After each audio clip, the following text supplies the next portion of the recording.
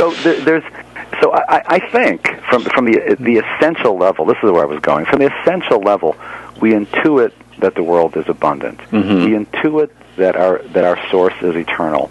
We intuit the fact that abundancy for one doesn't lead to scarcity for another. That there's an infinity of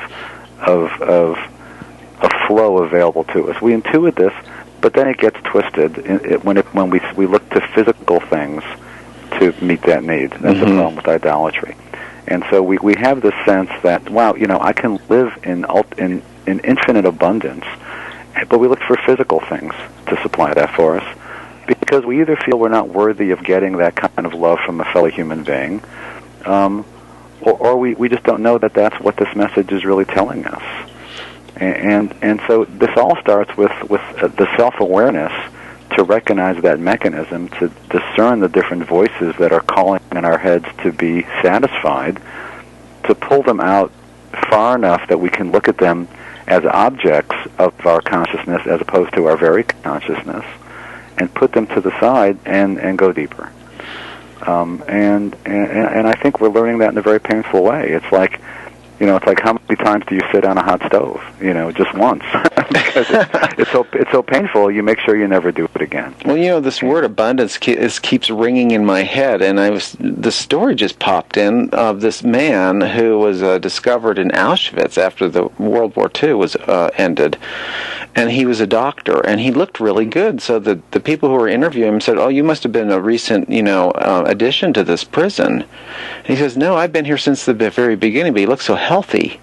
And they said, "What did you do?" And he goes, "Well, they shot my wife and my children in front of me and told me I'm going to serve for them." Can you imagine this? Now, this is not losing your house. This is losing the most precious things on earth. And he made a decision at one point. He said, I decided I could, if I hated these people, it was going to consume me and destroy me. So I decided not to do that. I decided to love life. Right. And I think that, hopefully we don't have to go through that level to get that lesson, but it's such a powerful statement because, it actually affected his physicality to the point where people could observe it. And I think of abundance, abundance really is connection to the divine. That's really the true core of abundance, is it not? Absolutely.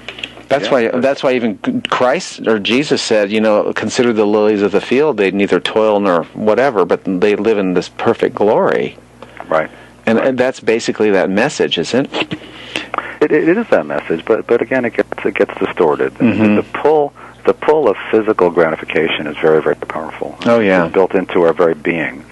And if that's not really made conscious, if we're not aware of that, and we just kind of live in response to it, why not have $100 million while the guy next to you is starving? Why not? From that perspective. Well, and it also becomes a self-perpetuation. It's almost like an addiction, because then you can buy a lot of stimulation that kind of confuses your senses enough that you don't even recognize the pain you're experiencing at the core of your being, because you've got so much stimulation going on, you're not even paying attention.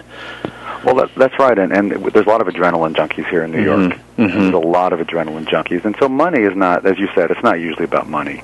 It's usually about status. It's about power, but it's certainly about stimulation. Mm-hmm. I have people here. They just, I can see I can see the wildness in their eyes as they're chasing this deal, and it's really. It's a very powerful attractor, mm-hmm. And boy, if I can just close this deal, I can make a big pot of money at the end of it, and the money's nice, but it's just more the hunt in that way. Mm-hmm. But as you were talking about Auschwitz, I thought of a Holocaust story that I think is appropriate to our situation and to our conversation, and I heard this at the Holocaust Museum in D.C., where they have audio tapes of survivors.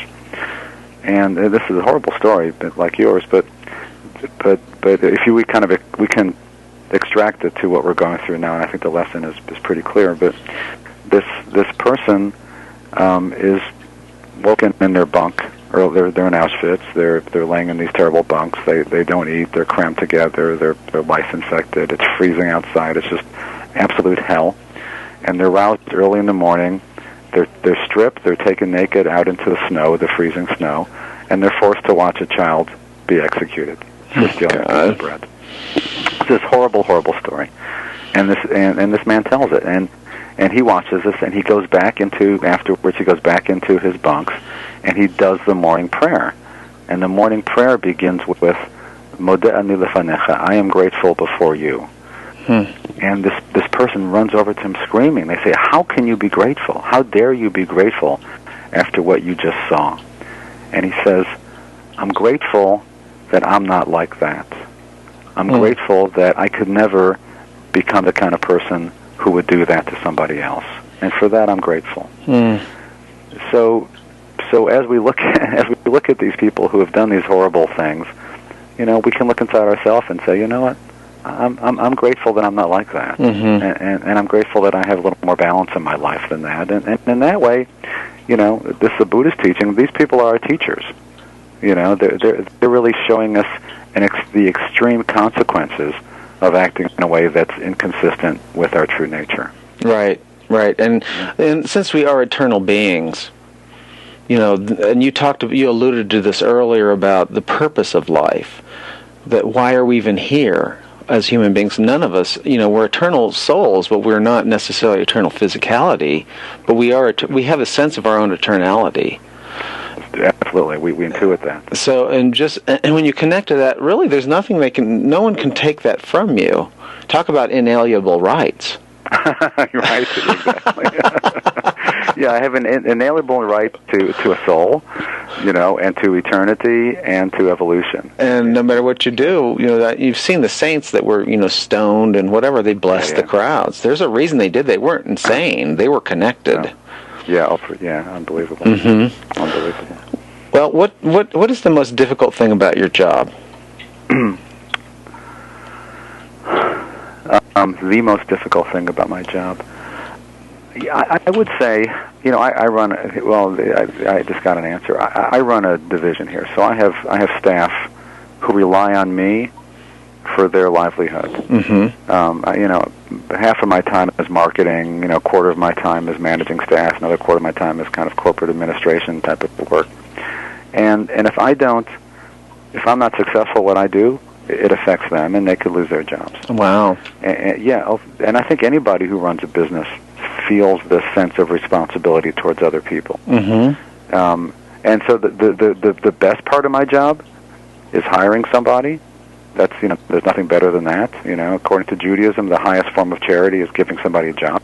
I think that's so right. Yeah, I mean you can and it's the best in many ways. I mean, if you could give somebody enough money to take care of them for life, but you're not giving them dignity, and you're also getting a little ego trip out of it. Look what I've done. When you give somebody a job, you're giving them dignity, you're giving the ability to take care of themselves, and it's not about you. And so giving somebody a job is the best thing. The most difficult thing is kind of the stress that goes along with the pressure to have enough work to keep everybody busy and hopefully to grow. And that's your challenge to be grateful for that gift. Yeah, that's right. That's right. They're grateful for the stress.